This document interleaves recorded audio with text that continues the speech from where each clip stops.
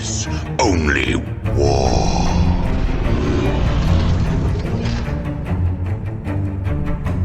What is up, gents? 40k dirtbags. We got an awesome basically RTT battle report for you guys. We actually just went 3-0 with Grey Knights, which is the first 10th edition tournament that we placed in. Just to give you a little tidbit, if this is the first time you guys are clicking on the channel, obviously you play Grey Knights, obviously you like 40k, hit the subscribe. There's a lot of competitive shit up on this channel. We did place #1 Grey Knight player in the world on ITC rankings in 2022. We placed 20th overall in 18th overall in LVO of 2022. So this is a basically Grey Knight channel, but also 40k because we play a lot of different armies, and also myself, we play a lot of armies as well. But anytime we go to RTT or GT, I take pictures and we talk about it, strategies, tactics, everything that you can do to get better at each and every game. Not all the time we win every single time, but this time, anytime we go 3-0 or 2-1, I definitely want to get the most out of it from going there by sharing it with you guys so you guys can get better. All these videos go up first on Patreon. So I do have to thank my Patreons because I wouldn't be doing this if it wasn't for you guys. Thank you so much for the support. We actually just gave away a shit ton of stuff 2 days ago for hitting $500 a month to all of our Patreons. So basically we gave a raffle to anybody who was picked, got to pick from this litter over here, and we gave away a boarding patrol for the winner for one of our Grandmasters. They actually won it, so that was awesome. And also, this is going to be going on a lot as we grow. I know Allspec Tactics does this, but he gets free shit all the time. This was not free. I had to pay for all this, but a lot of it came down to you guys supporting us and growing the channel. So I'd like to thank you guys and keep doing this more often. But if you do like videos and the tactics and all that stuff, go join Discord and just throw a like and subscribe and support if you want to head over to Patreon. But to get in the video, like I said, I did take pictures. So we're going to go over each picture, guide by guide on what mission we did. It was 3 missions, and where we deployed, how we played, and all that stuff. So it's going to be about probably 45 minutes to an hour video. It depends on how fast I talk. Hopefully I don't talk too fast for you guys. But we have the pictures up and running right here. So to start off, the first tournament of 10th edition, so they wanted to try and keep it as simple as possible. So the Chilling Reign is definitely a good one to practice because there's no additional missions in there.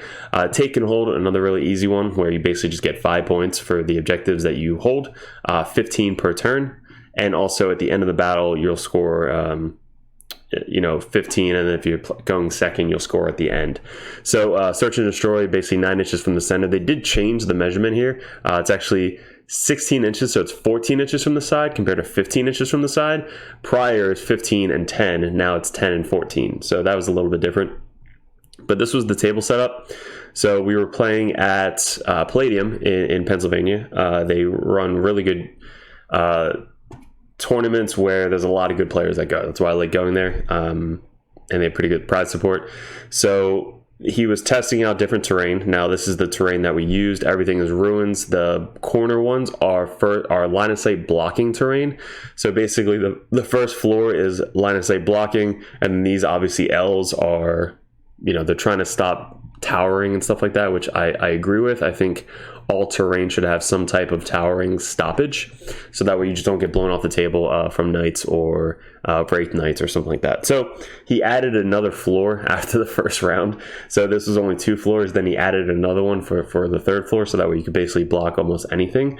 I didn't like, though, that it was so small. So the L's were very tiny, where one of my games, which we'll get into it, we had Dawn of War deployment. So all the knight player did was set up his knight over here, and then I literally had nowhere to hide because he could literally see my entire army hiding on the other side of this ruin here. So it wasn't good. I think having like a U would be good, maybe 2 of these, or just turn it cockeyed like a diagonal, so that way you protect it from the front and also the side over here. I think that would be a good thing, because I know a lot of Games Workshop, they're turning stuff, going diagonal, so that would be my suggestion. I'll probably message the TO and talk about that.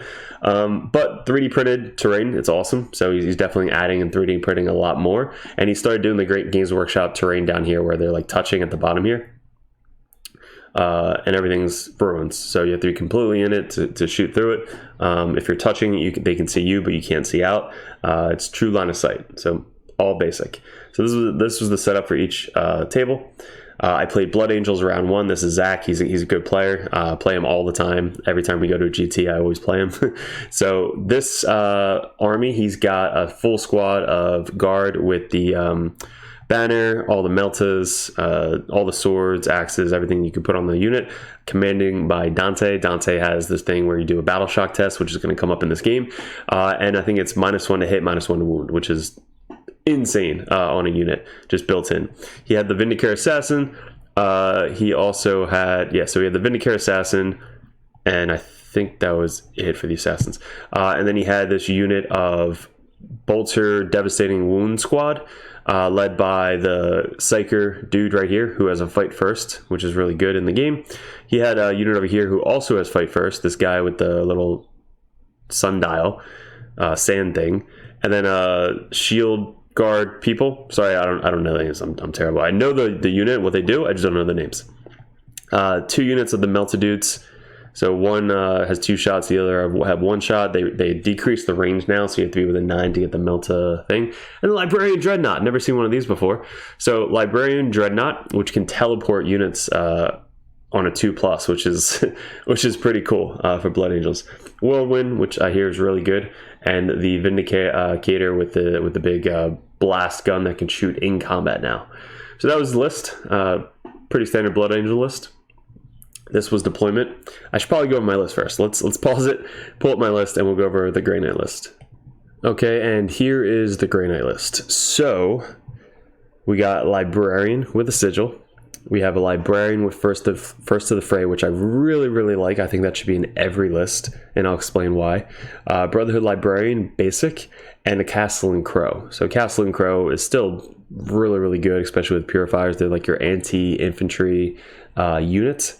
We have 3 squads of Terminators, all going with the Librarians, so they all get to bring 1 guy back if they die. They all have a 2-up, 4-up, toughness 5, 1 side cannon in each, and the banners, so they all count as OBSEC 3, which is insane, especially with our come within 3 inches CP strat. 2 strike squads. I love 2 strike squads, just having 2 units to give sticky objectives. Both of them have a scout move, so basically you can scout 2 different directions, get onto multiple objectives, make them sticky in your command phase, and then teleport away next turn. So I really like 2 squads. I think 2 squads is good. 1 is definitely almost mandatory, but 2 is good. Purifier squad, full squad. We did test out the incinerators. I might switch to side cannons, but incinerators, they're made for anti-infantry. So I want to keep it with the anti-infantry, which is like the ignoring cover, AP1, strength 6, auto hitting. So really good for Overwatch if they want to charge you. But mainly it's going to be for the anti-infantry guns. So I think I might keep the incinerators. Depends on how the meta shift out. But we have the Khalid Assassin. Highly recommend the Khalid Assassin. She does very well, especially going into Knights or anybody that wants to do a lot of Overwatching, because then you just make the Overwatch count as 2 for the rest of the game. 2 exaction squads. They have everything you could possibly put on them. The medkit basically makes them of a 5-up feel no pain built in. They have a whole bunch of other stuff which I didn't really use. I just mainly used them as action monkeys. And then the Wiederkehr Assassin is something I added. It was actually Codiez. So I didn't have the Wiederkehr. This is the thing that I would change. So I'm going to test out the Wiederkehr Assassin over Codiez in the upcoming videos. So ignore this, just pretend it's Codiez. So we brought Codiez over the Wiederkehr Assassin. So let's get back into the video. Okay, so simple. Deployment, he started everything pretty much as far forward as he possibly could. We have these guys in the ruins over here. These guys got gated turn 1. He did have turn 1, so I had a unit of Crow and Interceptors right here, which we set up turn 1. We put all of my Interceptors or Purifiers right here. We put Strikes right here to do a pregame move. I think they started out here so they could pregame move onto the objective if we went first. Since we didn't go first, they pregamed back 6 inches. And then we put the one Librarian with the Terminators in Deep Strike because they have first to the fray, and the other 2 Terminator squads were back here. So if you notice, I don't have a lot of Purifiers left after his turn 1 because he puts Oath of the Moment. He's faced Grey Knights before, so he knows what Purifiers do. So if they come down and just nuke his Devastating Wound squad, that's going to hurt him a lot, which I didn't know. So this is the first time playing Blood Angels, and knowing that he can teleport shit is really good. So you see this librarian that can teleport stuff, look out for that. So he teleported his old Devastating Wound squad over here with his Fight First guy, and then just murdered my my Purifier squad. And then I moved in my turn, right? And then you fucking overwatched me. So with full rerolls to hit, full rerolls to wound, I hope that works, because out of phase, I'm not sure. Do you get oaths in the moment? Do you get oaths in the moment on Overwatch? Somebody please answer that in the comments below. But he overwatched me and killed all but Crow. So Crow was the last one alive. I then moved up my strike squad. That's all that's left. So I moved up my strike squad with my Fight First guy, my Brotherhood champion. Oh fuck! Totally botched that. Let me go back and redo the list. I am sorry. So that's a good list that I'm going to be running. That's the one I tested out in the nights. If you guys haven't seen that video already, it's up on YouTube hopefully. But this is the list that we actually ran. I apologize. So we're actually running 10 paladins with Grandmaster over the librarians. That's probably why it was a little bit off when I was reading it. So we had the Brother Champion. Very good. Fight first. You can put him with the strike squad, so he gets the pregame move. He can fight first if they charge into you. And he has precision built in, and he gets the full rerolls to hit and wound against characters. So this guy is a beat stick. Very good for 85 points. We have our librarian, which is first to the fray. So I highly recommend putting first to the fray on librarian, just so you can put them in Terminator squad. They're OPSEC 3. They come in turn 1 and just nuke something. Castle and Crow, already went over him. Grandmaster, I love this guy with paladins. The reason why is because you can use the 0 CP strat to not be shot at for 1 turn, or you have Sigil, which is built in. You can then teleport away if you do happen to get shot within 12, or if you already used that early in the game. So most of the time, you're going to be loading him up with paladins or a shit ton of terminators, and when they come in, teleport assault, they can hop up on the 3rd floor and then shoot down to get some AP2 side bolter or side cannons. And then that's 18 side cannon shots hitting on 2s, most of the time winning on 2s and 3s. And then if they're tanks, they're winning on 5s. So it's a lot of side cannon shots coming in, all AP1, AP2 if you're up 6 inches, and then 2 damage each. So it's just a shooty unit that can't really be shot back. If you do get shot back, you can then choose to teleport away if you really want to. Most of the time, they don't want to target you because of the sigil, so it kind of keeps people from targeting you, and then you can save your sigil for later in the game. So we have the Grandmaster partnered up with the Paladin squad. We have a Terminator squad with the Librarian. We have a Strike squad with the Champion, and then we have another Strike squad because I love 2 Strike squads. Paladin squad, full Paladin squad with the Banner and side cannon, and then we have 4 more side cannons, so it's 5 side cannons in the squad, and then the Grandmaster has his own side cannon. Purifier squad, full thing with 4 incinerators. We have the Calidus Assassin, like we went over, 1 Exaction squad, and 1 Inquisitor Codiez. So that is the list. Instead of 2 Exaction squad, it's 1, and then Codiez. So that was this list that we used for the tournament, and that's the one that we went 3-0 with.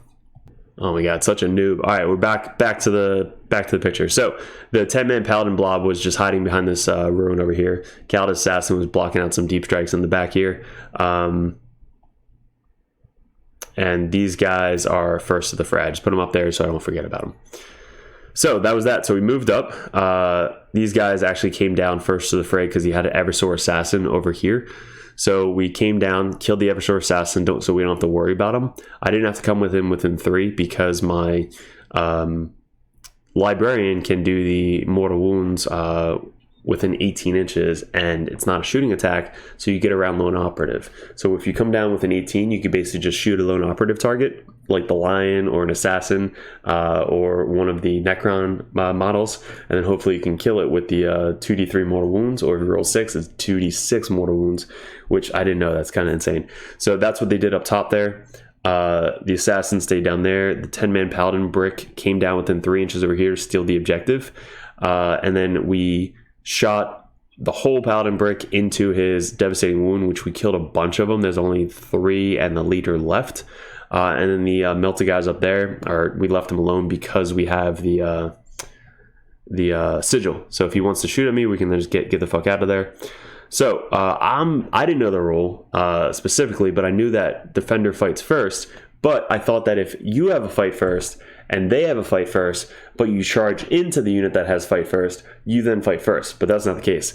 Even if you have fight first with my Brotherhood champion and then you charge into a unit that has fight first and they're the defender, they always go first, which is bullshit. So Custodians, they have the main guy that has the fight first. That's kind of tough because if you charge into him, you don't want to charge into him because then they're just going to mow you down and kill you first. So that was my mistake there. I charged Coen, charged my strikes in and my Brotherhood champion, and he still was able to fight before me. So that's what happened there. So this is kind of the combat. We have Crow, and then we have these guys. I think I spent 1 CP to try and do precision. Oh no, he automatically has precision. I think Crow did 1 CP to do precision onto the dude right here, but we didn't manage to kill him because he was feeling a pain. 4-up invuln save, like super tanky. The Paladins kind of just chilled on the point over there. They then got sigiled, or they spent 1 CP to teleport away. So this guy fell back because he didn't want to stay in combat with both my guys because, again, I fight first and I'm the defender. So even though he has fight first, I have fight first, I'm the defender, I'd be able to hit him beforehand. So he falls back onto this objective. I then spend 1 CP to get my Paladins out of dodge. So they then teleport off the table. These guys came in from the Librarian. The Librarian keeps teleporting people. So these guys came down over here to try and shoot and kill more of my dudes over here. Libby's kind of just chilling up top there, not really doing much. These guys finally got to the center of the board, doing some actions so we can get some secondary points. Vindicat's tank moved back to try and shoot the Paladins, but after he fell back, I then got them the fuck out of dodge, and then the Whirlwind's just doing his job in the back there, shooting everything, causing battle shock. So that was his movement, and then his shooting.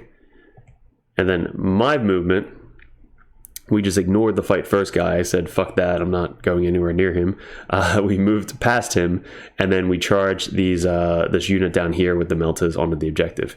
My Librarian got picked up at the end of his movement phase, came back down over here to try and either kill the dudes over here or finish off this mortal wound guy over here. His guys rapid ingressed the Golden Boys on the other side of here, outside of 12 inches of my Paladins, which were back here. So they're outside 12 inches of the Paladins. So that way, if I wanted to charge, I can't charge him because he's just outside 12 inches. Then my strikes came down up here to try and just hold the objective for one more turn, so that way next turn it could be sticky. My exaction squad came in over here, and my assassin ran up. This is insane. My assassin ran up, shot that 3-man Melta squad, and then charged it and fucking killed it. Holy shit. So AP 4, anti-infantry 4-up, I believe, and then 2 damage. So she just basically nuked that fucking squad, which me and him were like, how did that even happen? It was kind of insane. So I still, again, have sigil on this squad, and if he gets within 9 inches, I can then teleport the Paladin squad away, so that way I don't have to get charged by this huge-ass fucking squad. So he kind of took the bait. He moved up, got within 9 inches of me. He stole my home objective, which I didn't care, but then I spent 1 CP to get out of dodge again, so that way my 10-man Paladin squad is just out of the fray. Here's one thing that you can do. You can spend 1 CP to then put them into reserves, and then at the end of their movement phase, you can spend 1 CP and rapid ingress them again into the table, which is what I did. So that's a really cool strat if you want to have like a really big blob that you want to get back onto the table and kind of defend and wait for them to counter strike. So we put him up here by the strikes, so that way if his guys move up and charge my strikes, these then can either countercharge or just be there to still hold the point and kill whatever's left over. So that was my tactics there, to just kind of come completely opposite of where they came in. Up here, so that way they're starting to move this way because it's the end of the movement phase. I rapid ingress right here about 11 inches away, so he can't get an easy charge on me, and I can countercharge if needed because I still have the free strat from my Grandmaster. So the Grandmaster doesn't need to use the don't shoot me strat, so we save it for either the countercharge strat or the devastating wound strat.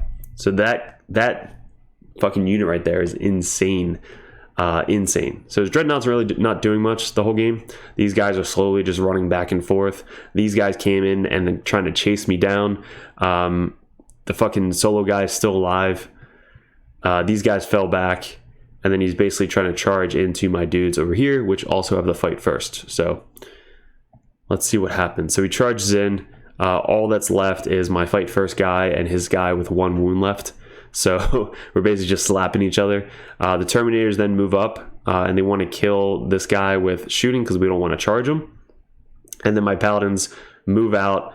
I don't think I want to shoot them because here's the thing. If there's a character up front, you can shoot them because he can't remove the character until everybody else is dead. So if you want to be strategic with the placement of your guys, make sure your characters are either in the middle or towards the end, so that way you don't have to not lose your character. I do this a lot with Crow. Crow I put up front by accident sometimes, where if they're shooting my guys, I can't remove Crow. So then they charge Crow, and then now they're in combat. So I was able to shoot these guys first before I charged in, and then I was able to kind of charge in. Now that's 18 fucking side cannon shots coming into him, hitting on 2s, wounding on 2s.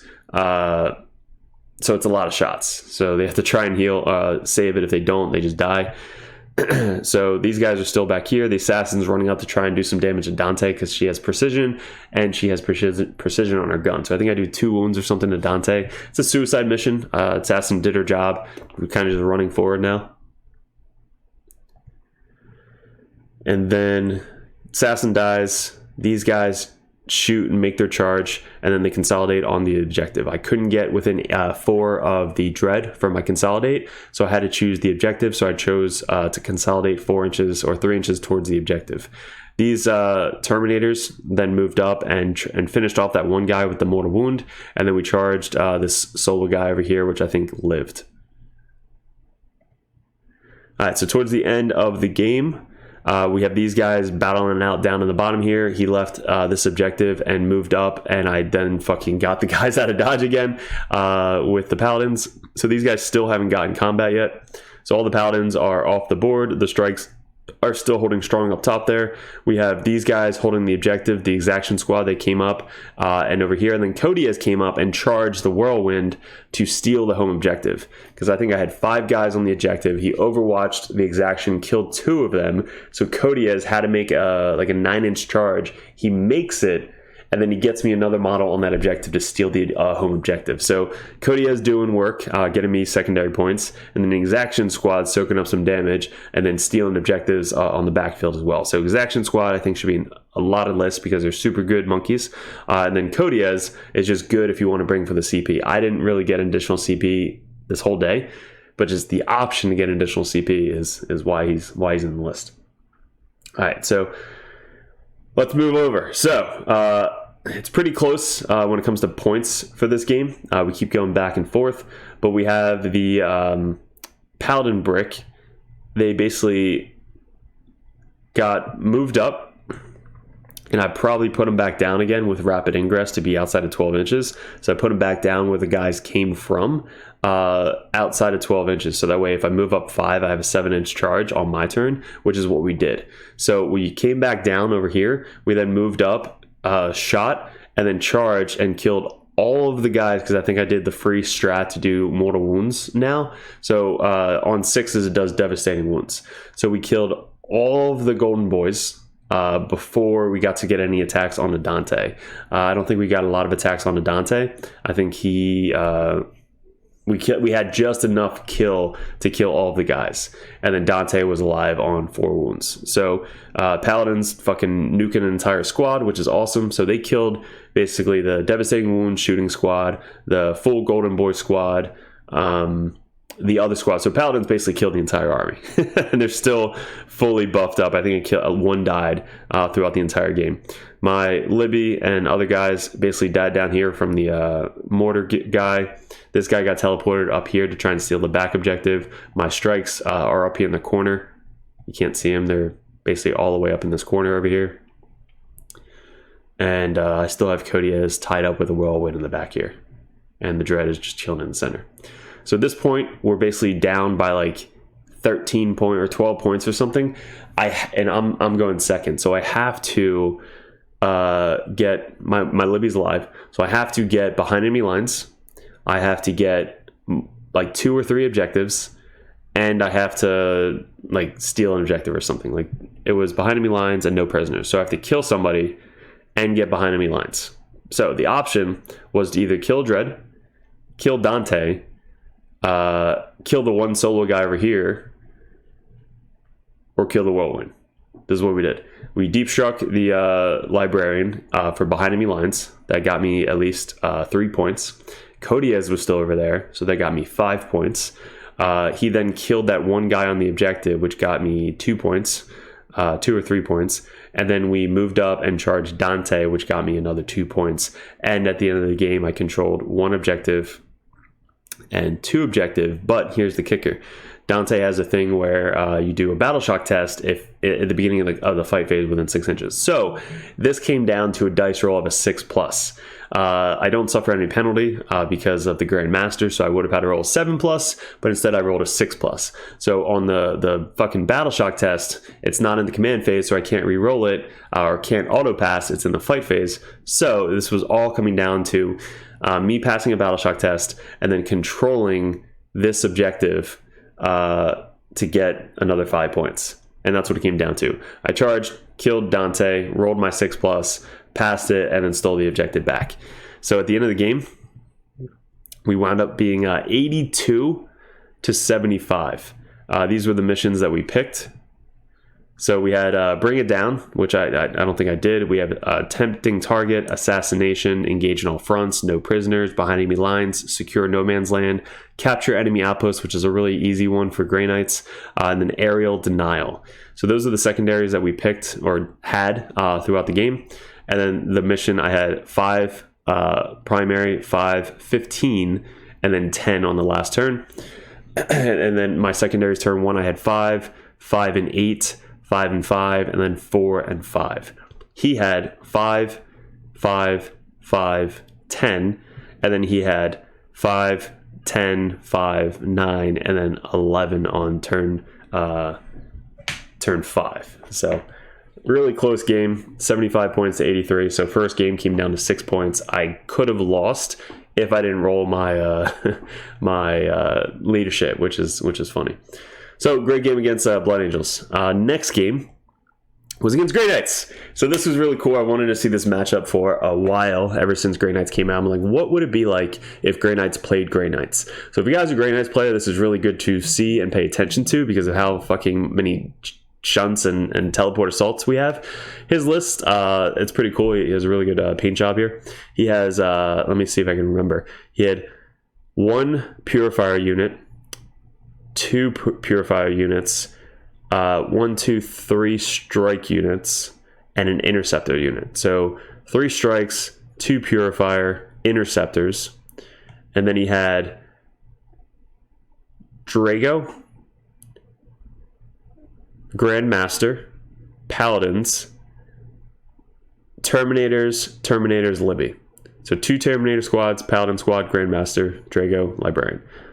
And then just a bunch of dudes down here. So I like this list because you can do a lot with secondaries. Like you can just basically teleport all over the table the entire time. It gives you a lot of options for the secondaries. This was the setup, same exact way. I told you he added the 3rd floor. So that way, let me see if you guys can see this. He added the 3rd floor. All right, hopefully that's better. So we added the 3rd floor onto the top of the buildings, so that way you can see a little bit with the towering. Again, I think you need to turn it cockeyed just so you can't see completely on the other side if somebody starts over here, starts over there. So same map, same everything. The mission was Hammer and Anvil, so we started on the sides, the short edges. It is pretty close. It's 6 inches up, so you'd be able to walk on to the objective markers on the side, which is good. And then center, and then this is 20, so 10 up from the sides. Then we pick Chilling Rain again, so no additional secondary, and then the Rights of Power, which is cool. I never played this one. You get 3 victory points if you control an objective, and then 3 additional victory points if there is a character on one of the center objectives. So it's really good to have some characters in the center controlling them. and you get 9 points, or is it 6? 6. So you get 6 points if you control one of the center objectives with the character, and then you get 3 for every single one that you don't have a character on.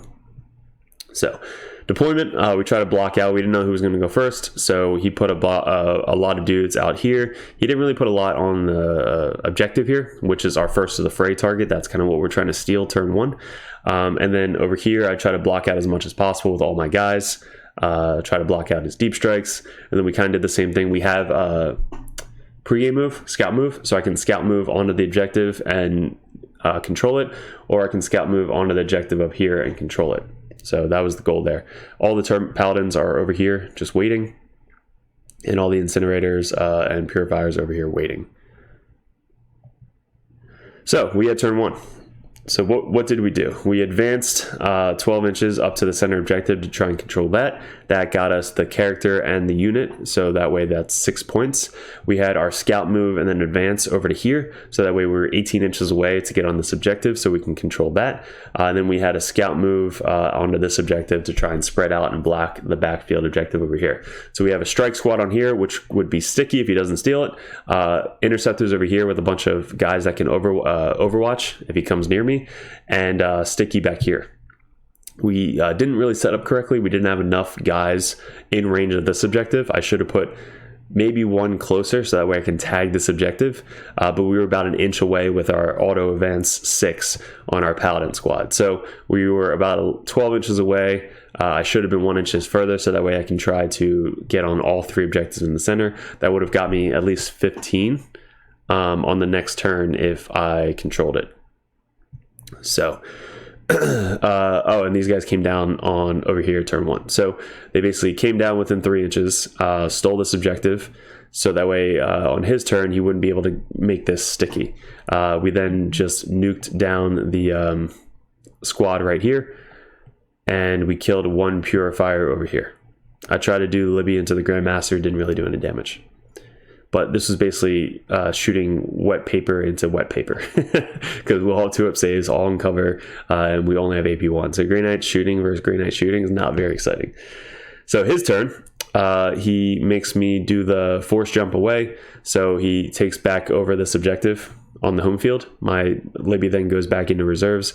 The Grandmaster moved up in case he wanted to charge if I didn't teleport away.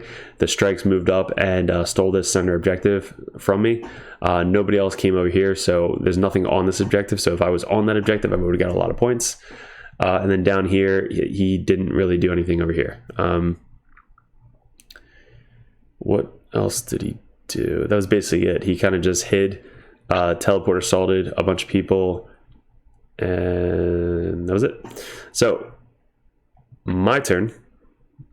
We moved up our Crow squad. We moved up our strike squad. These guys came in from reserves. This is sticky objective down here. These guys moved up and stayed on this objective over here. I think they might have got picked up because there was nobody on that objective. So they got picked up at the end of his movement phase, came back down to be visible to this squad that was on the objective, so they can hopefully just murder it with their weapons. Now, I rolled 18 shots. I think I wounded like 15 times, and he spent 1 CP to make it 2-up saving in the open. So he rolled 5 ones out of 15 attacks. So it was a very bad roll. And then I killed all 5 guys with my side cannons. So any ones, they just die. So we killed all of those strikes on the back squad, which then he doesn't have the home objective again. The Grandmaster got most of his paladins killed down here from the Purifier squad. So Purifier squad put everything into the Paladin unit, left 2 Paladins and the Grandmaster, and then these guys wanted to finish up and charge these guys up here, and these guys wanted to charge them as well. So I think I failed that charge because it was too far, but the Purifier squad then charged and then finished them off, and then these guys advanced and went on this objective over here, so that way they can try and make it sticky finally. Cody His came in from the board edge over here, and then the assassin stayed back here just chilling out on the backfield objective. So his turn, he brought Drago down over in this corner, which they made their charge. So Drago came down, made the charge over here. My Paladins got picked up after Drago made their charge, and they came down Where did they come down? No, I guess I stayed there. So I stayed there to try and get the counter charge off, but he stayed outside of 6 inches. So then on my turn, I moved up and counter charged Drago, and then we finished off Drago's squad. It took about 2 turns, but he can't get out of dodge if you're in combat. So my one guy lived on this objective. So since he lived, he wasn't able to get out of dodge and teleport away. So you can't teleport away if you're in combat. So I left my guy in combat. I didn't shoot that squad. I shot something else. I moved up and then charged Drago and his squad and finished off everybody but Drago. And then Drago died in my next turn in the fight phase. So we still have Crow and the Purifiers that finished off that squad on the objective. They're chilling out in the center. We have our Librarian squad that got picked up and brought back down. It's basically Librarian squad versus Librarian squad. So they're just kind of staring at each other because we both have 4 Feeling of Pain against Psychic attacks, which all of our attacks are Psychic, which is pretty funny. And then down here, we have our Strike squad that ran back to the objective because he brought his Interceptors down to make that charge. And we have Kodiaz just kind of chilling because there's a couple guys in the back corner over here that just got deep strike in. So this was going into turn 3. He had 3, 5, 5, 5. He had a 0 for primary, and then he had a 3 for primary. We had a 9 for primary, and then a 9 for primary. We had 13 for stealing his home objective. We had 8, and then we had 4. So we were up by a lot of points going into the turn, bottom of turn 3. And this is where we're at on the bottom of turn 3. So he brings down these guys. He brings down these guys, which are Purifiers. Strikes or Purifiers? It's hard to tell. Swords or strikes. So we have strikes, Purifiers, and then the Interceptor ran away. So I have my champion. I had 4 strikes here. He then shot everything at this unit, which left the champion and the 1 strike, which we're still holding this objective. He has to basically have 3 chances to roll 10-inch charge to try and get in and steal this back objective, which he failed all 3 charges, which again, it's like 10. This one needed 11. So 11 on these guys and then 10 on these guys, which again, they all failed. So I was able to keep that objective, make it sticky because of the strike still alive. And then we held this objective, and this objective has all the paladins and my champion on it. So Libby's moved up. These guys came down on the objective. And then let's go into the next turn. So in this turn, we have our Purifiers moving up and then charging this unit over here. We have the Strikes moving up and finishing off that last Interceptor. These guys are fine where they're at. I think I brought down the Paladins over here, so that way they can just... I think they blew up this squad right here. So Paladins came down and blew up that 5-man squad on the objective. The Terminators then moved up, shot everything at them, did all psychic powers, and then charged. So all he had left was a Librarian. This one was sticky still up top here. And at that point, we were kind of up on primary and secondary. I can now start leaving objectives and kind of moving all over the place. This point, Librarian died in combat. We then just kind of moved up, stayed on the objective. The Librarian, or these guys, came down within 3 inches over here. And that's basically it. Like, basically just wrapping up. Like, we still have a lot on the table compared to the other Grey Knights. So we have almost half of our Purifiers, most of our Paladins, a whole Terminator brick, and then 1 Brotherhood Champion with a Strike. The other Strike squad died, and my Kodiaz probably died. The Exaction squad probably died, and the Assassin died. Yeah, so these are the missions we picked. So we had Aerial Denial, behind enemy lines, engage in all fronts, capture enemy outposts, which is probably one of my favorite ones to get. Storm hostile objective, no prisoners, overwhelming force, and secure no man's land. So I'm noticing with tactical, Grey Knights have a very good tactical game because we're able to move all over the table at any given time. Stealing objectives is very easy with Terminators coming in within 3 inches and just stealing objectives. And then keeping your guys alive, being able to just teleport away if they're outside of, within 9 inches of you in the movement phase. So this is the end of the game. We finished off with 92 to 44. So we kept his primary to 6, So that was really rough. And then we had 8 for him in the first turn, 10, 0 on turn 3, 5 and 0, and then 5 and 0. He didn't pick the best and easiest cards at his position. We then picked some pretty good cards in our position. So we maxed out at 40, 42 for primary, which left us with 92 with paint. So awesome game. Really good player. Just started showing up to our local meta and has been going to every single tournament since then. So I always love playing other fellow Grey Knight players. So it's always fun to kind of see what other people are thinking and doing on the other side of the table with the same army. So last game, we got Knights. Going into this, my only other Knight game you guys saw on the YouTube is Chaos Knights. So that was the only other Knights game I had before this one. So I was not very hopeful going into this matchup. We don't have any really Knight killing weapons. We don't have any hammers. Our highest strength in my list is strength 8, and in melee it's strength 6. So I need 6s to wound, or 5s to wound, and most of the time they're going to have cover saves. So all of our AP1 is just going to go back to their save. It's just it's not the best matchup. Now here's the example that I was talking about. We're playing Dawn of War. So this is the deployment. Priority objectives, which you max out at 10 each turn, so you only have to hold 2. And at the end of the turn, you get 5 for each objective you hold. So this mission is very, very, very, very, very easy to score primary points. The chosen battlefield, which you get to move objectives with only a 5 objective mission with Don't Deploy. This is kind of crazy. So this is where you moved everything. You don't know which side you're going to have yet, so you don't want to screw yourself over. Now, Tyler is a really fun opponent. He's kind of there for just shits and giggles. He was 1-1, so I actually got the parry down for this one. So he was just throwing objectives down, kind of just having fun with it. I put my first objective back in this corner. He put his first objective behind this thing. So he got to pick first. He put his first one down there. I put my first one down there. He put his next one right here. I put my next one on the other side of that. So it has to be outside your deployment zone. So basically you can put the objective marker right on the outside of your deployment zone. So that's still technically in no man's land. And this one again is in your deployment zone. This one, same exact thing. Right outside of the deployment in no man's land on that side of the table. So it's kind of even on both sides. We both have 1, 2, 1, 2, and then this one's kind of in the middle. So then we roll off to see what side we get. So he won the roll off, so he picked that side. I then got this side. So it wasn't too bad. I probably would have chose that side if I were to win the roll off. His list was we got a big knight, another big knight. This is the gun knight. This is the melee knight. Wiederkehr assassin. This one I was afraid of, the Colexus assassin.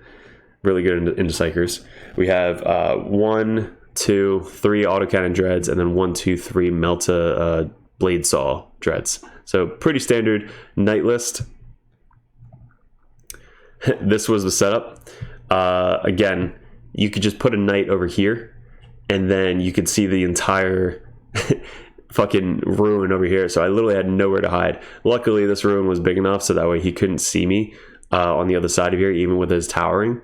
So this was just big enough for me to hide my paladins on the other side of this, and I put my banner right against the wall so you couldn't see my paladins. And same with the hammer. The hammer went literally right against the wall because geometry. All my big weapons were right against the wall. All the lower weapons were right on the outside. So that's good when you think about modeling guys, is make sure you don't fucking stick your guys directly straight up in the air. And then we had the strikes over here, and strikes and purifiers over here. So I then got first turn, which helped out. So we pregame moved our guys up to here to get sticky on the objectives, and we pregame our other guys up to here to get sticky on the objectives. So I didn't really have a lot turn one. Turn one, I did want to kind of steal his home objective. I think there was something where if I control it or get something on an objective, I'd do that. So I spent 1 CP to first to the fray my librarian squad onto this objective. And when I did that, I rolled a 6 to do mortal wounds to this knight, and I think I rolled an 11. It was fucking insane. So the first time I rolled a 6, which does 2d6 mortal wounds to this knight. So I basically did 11 damage to this knight with just one Vortex Doom, which was fucking hilarious because I never did that before. And then we shot, some random pot shots at it. So then on his turn, he moved up his knight, shot a couple dudes over here, moved up, ran everybody else up, moved up. He didn't have a lot of shots. He moved up somebody over here, which then we spent 1 CP to get out of dodge. So then they teleported away. And then down here, my strikes, this is sticky, so I could pick up my strikes at the end of the movement phase and move them. My other strike, I was going to try this tactic. So I picked the one secondary, which is Cleanse. So I got Defend Stronghold, which I put basically my entire fucking army on this back objective. I put my Purifiers back here. I put my Paladin brick back here. So Purifiers got picked up. They then got dropped back down behind my Paladins. So I have to defend my Shrine, or Stronghold, which I think is only 3 points, which kind of sucks. So I have to defend for 3 points, or I have to cleanse, which I wanted to cleanse this one, and that was it. So I wanted to cleanse these two, which would have got me 5 points. All right. So here's my thought. My strikes, which are going to fly out 12 inches onto the objective, spend 1 CP so that way they can shoot with assault weapons. Their psychic weapons go to assault weapons. And then you're eligible to do an action because you're eligible to declare a shot. So that was my intent. But when I moved out, he fucking overwatched me and killed 2 guys. So that way I wasn't able to do the cleansing because I didn't control the objective. So that kind of sucked. So my then second option was to spend 1 CP to come in within 3 inches with my other strike squad. Like this, come in within 3 inches, and then they do the cleanse instead. So they came in within 3 inches, did the cleanse down there. My assassin down here did the cleanse over here. And then I teleported my Libby and everything else back down here to get line of sight onto the 2-wound vehicle over here to try and do the Vortex of Doom again. So I got line of sight from my Libby to that little Armiger and then killed it with the Vortex of Doom. So cleanse with the assassin, cleanse with this guy, still left with 2 guys in the objective over there. So we stole that objective, which this one, again, it's very easy for them to get 10 because he holds the home objective and this objective. So even though I'm stealing objectives from him, it doesn't really matter because he's still able to get 10 points, which is the max anyway. So look at this fucking, look at this objective. This is 5, 6, 7, 8, 9. This is basically half my army on this objective because we took defend the shrine or defend your home objective, whatever. Now, this is my idea, all right? So he has a big knight and a little knight. If he moves his guys up, I can then teleport away with 1 CP. So this is what happens. He moves up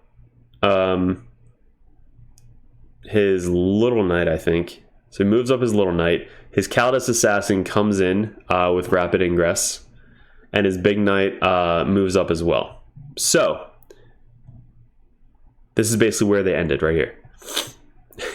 So what had happened was I get 1 CP to get my Purifier squad out. So my Paladins are still there. He then shoots my Paladins with Kalexis Assassin, which then procs Sigil. So Sigil then fucking activates, and I teleport my Terminators all the way back here behind the wall where they were in turn 1. So that way you can't see him again. Because he didn't really move his knight anywhere, so I just said, hey, they're behind the wall the way I set him up before, because next turn I'm just going to bring him back up again and teleport him again. So I sigil them back to original position on turn 1. And then that way, Sticky over here, defending my shrine, and he doesn't have a charge target, so he can't charge anybody on the objective, so I still hold that objective in the beginning of my turn, and I get the secondary point. So that was a fucking pro play right there. Hilarious. So Sigil is key because he kind of wants to shoot you to kill some guys, but he doesn't want to shoot you. So I would have held the objective anyway because he's only OPSEC 10, and I have 20 OBSEC on that point. So you would have to kill 5 paladins, which I don't think he could. So yeah, I don't know. We would have seen what would happen, but still, that was the best play I had all day. Wiederkehr Assassins is up there. The Purifiers off the table. Libby and everybody is still over there. These guys over there. So that was the picture of before and after where they landed. All right. So they got picked up and brought back down about, I think, 9 inches away from this knight over here. These guys got brought up and got brought back down 9 inches away from this knight over here, and we're within 12 inches of the Colexis Assassin. I'm basically trying to kill the Colexis Assassin as much as possible because I know what the fuck it does. It kills Psychers like it's his job, which it is. So we murder the Colexis Assassin, but we don't, because we leave it on 1 wound. He rolled, I think, 7 out of 8 4-up saves, and then I think I did like 2 more or something with his smite with my flame ability. So I left him on 1 fucking wound. I was like, oh, 4 flamers and some psychics is definitely going to kill the Colexis Assassin. Nope. He made all of his saves and left him with 1 wound. And then the Wiederkehr Assassin up here died to fucking Codiez. Codiez came in and just psychic the fucking Wiederkehr Assassin, which I was not expecting at all. He failed 2. It's 2 damage each. Just picks up the Wiederkehr Assassin, which was hilarious. This then guy killed these 2 guys on the objective pretty easily. He shot with everybody over here, killed these 2 units.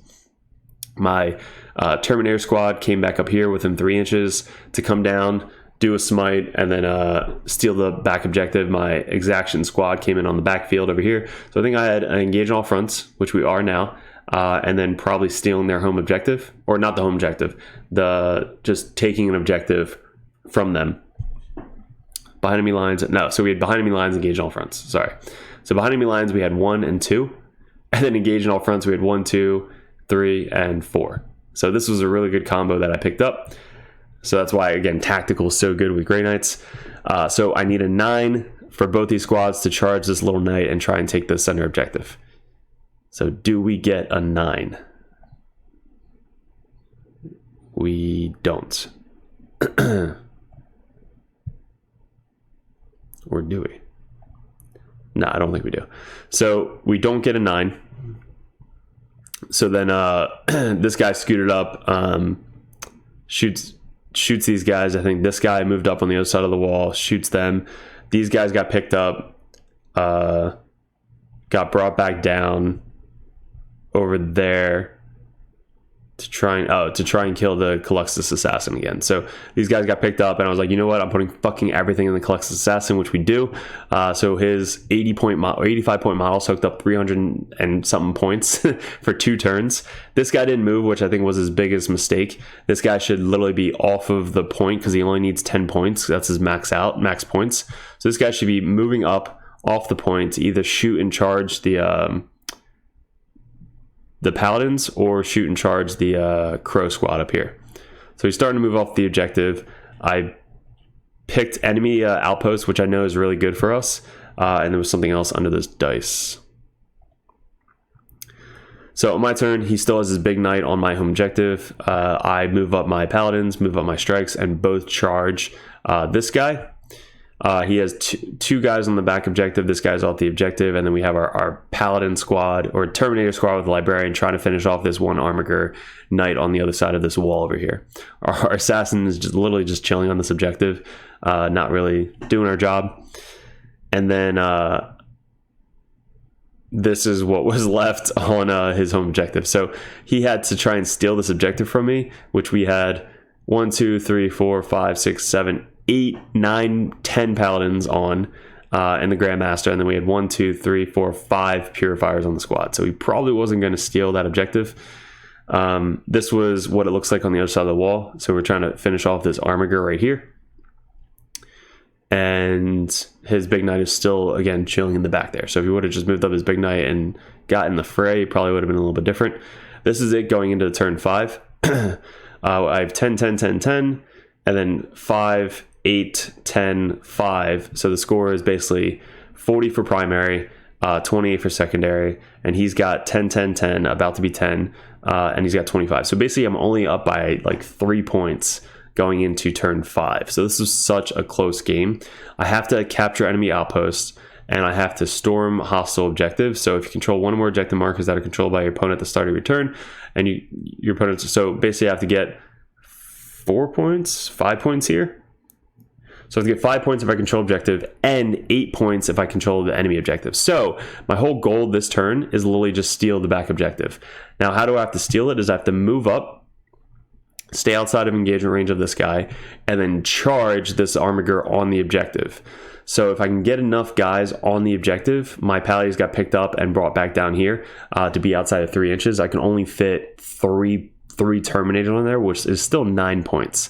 So it's 9 points taking over that guy. And then I have 2, 4, 6, maybe 8 points on this guy. So I have to kill this armiger to consolidate or to get more guys on this objective, because I can't really consolidate. I charge my purifiers into this guy just to try and tie him up, because he's not really good in combat. He shoots well, but he's not great in combat. So we're trying to basically just steal the home objective as much as possible. I think I spend 2 CP to do devastating wounds, and I barely kill. I rolled like shit. Barely kill this knight on his home objective, which then I pile in closer to this guy. So I have to get in combat. I move 3 inches towards him. And I get 1, 2, 3 on the objective, and then these guys stay on the objective. So I steal the home objective, I overturn an objective, so that gets me 13 points on turn 5, and he controls that one, and that's it. So at the end of his turn, he has to control 2, which he does. He moves out of combat, controls this one, controls that one, and then this guy moves back over here and just tries to kill some shit. So he didn't pick the best secondaries compared to our secondaries that were chosen, and this was the final score. So we finished up with 100 compared to 85. So even 85, still picking some shitty secondaries. If he would have got, let's say, a secondary here or a secondary here, or one more for primary. So holding him to 5 on primary for turn 5 is kind of the game winner. So 5 there would have been 90, and then 5 there would have been 95, and then 5 on one more of these two. Like, he only got 2 on this one, would have been 100 to 100. So we got 13 for our final score. We had 5, 5 and 3, 5 and 5, and then 5 and 0, and then 13 for turn 8. So turn 8, we had fucking 10, 13, and then I got 15 for the final mission to get 50 for primary, which we already had basically 40, so I just needed 10, and then we had 41 for the secondary. So 50 and 40 plus 10 for paint is 100 compared to 85. So this was such a close fucking game. Tyler, always fun to play him, but we have tempting target, defend the stronghold, engage in all fronts, capture enemy outpost, storm hostile objective, no prisoners, and behind enemy lines. Behind enemy lines and engage in all fronts is hilarious when it procs at the same time. And then capture enemy outposts and storm hostile objective is hilarious when it procs at the same time. So that was the missions. What did we learn? I really like this list. If you guys are going to use this list, you can change up, I believe, Codiez with an assassin. So you can change Codiez for a Wiederkehr assassin. But I like the Exaction Squad. I like the Brotherhood Champion. I like the Paladins a lot. They basically, you can see they lived every single game. They're super hard to kill. They're super hard to get into. And you can't really shoot them. So I didn't need to proc my no shooting strat. I think in this game I used it on this turn. Yeah, I think I used it on this turn. Like when I was out, I basically spent the free strat so that way he couldn't shoot me with everything. So he had to shoot this purifier unit or the guys over here. So that's when I used my free Grandmaster strat to do that over there. So biggest thing I learned going into these missions is it's almost like 40 chess. And what I mean by 40 chests is you as Grey Knight players, you have to know when to teleport away, when to teleport assault, which units to teleport assault, which ones not to teleport assault, what units to shoot with your weapons, what not to shoot, when to charge. Like, it's a lot of what to do at any given moment. So there's a lot of moving pieces with Grey Knights. It's a lot different than 9th edition. 9th edition was kind of a lot of psychic phase, like a lot of psychic phase. This one more is the movement phase. I was joking with every single player that I played today. We got rid of the psychic phase and we gained the movement phase, because most of my time gets soaked up in our movement phase. Because you have to know where to put your guys. Where am I going to deep strike them? Where am I not going to be shot at? Where am I not going to be charged? The Knights game that's coming up after this video is a really good video, because we actually beat another Knights player, a really good Knights player. And we won, it was like 90 to 50, 90 to 40, something like that. It was a really good game, and showed even with mistakes, we could still beat the Knights player, because again, of how you move your models and where you move them to, what objectives you're going to steal, can you stop their primary, can you still keep primary with your sticky objectives. Like, most of the time this objective in the bottom right corner here didn't get touched.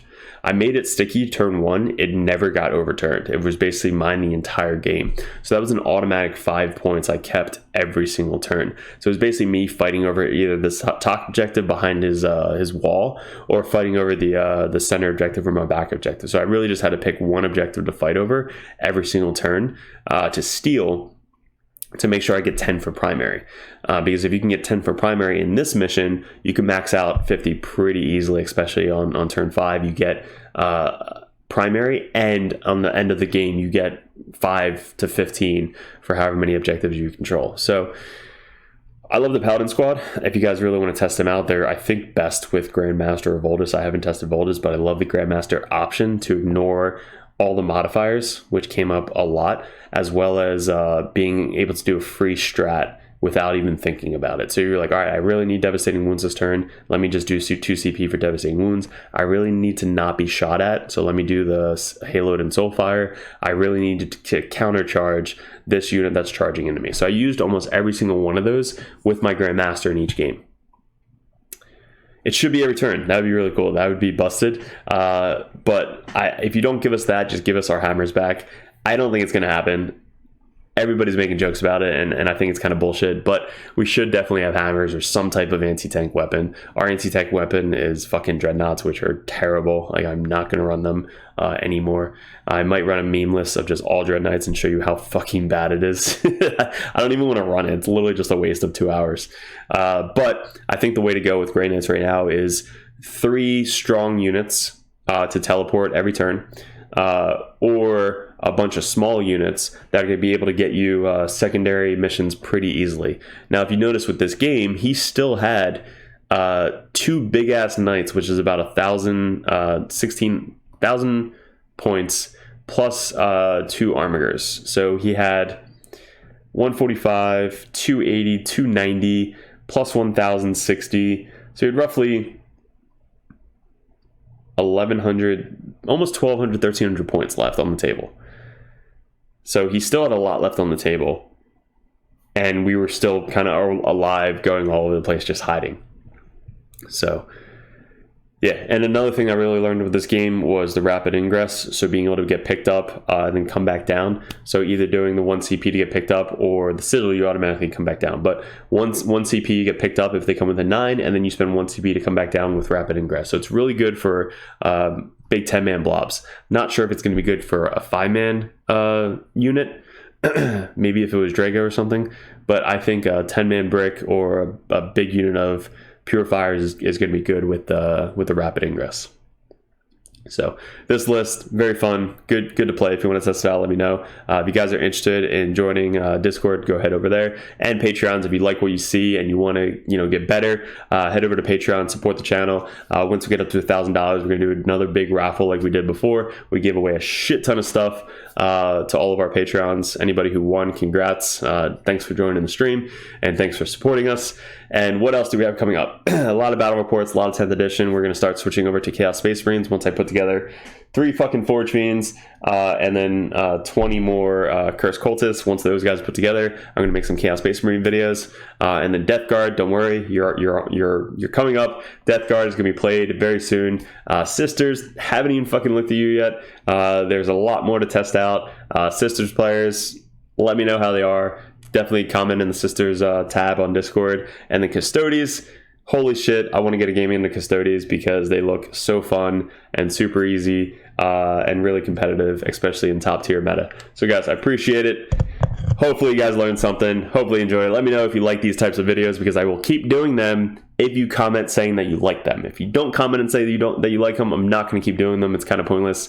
I spent an hour and like 20 minutes talking about the pictures that I take. It's just to get people better at the tournament scene and figure out what like I would say top Grey Knight player in the meta is doing with their army. So yeah, appreciate it. Thanks for clicking the video, and we'll see you in another video soon.